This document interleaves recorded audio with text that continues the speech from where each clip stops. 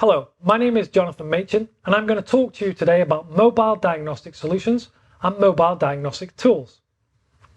Procentic's success was built on the introduction of the profit trace over 20 years ago, which is still being used in the field today.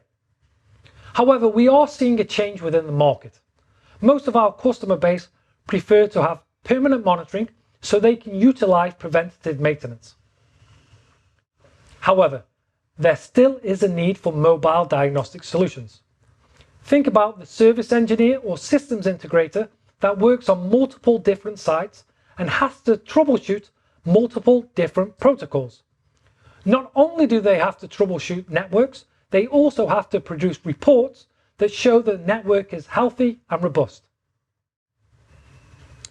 Therefore, at Procentic, we say when you're choosing a mobile diagnostic tool or solution, you should choose one that does more than troubleshoot. It should help you through each phase of the lifetime of your network, from installation, commissioning, to network management during operations.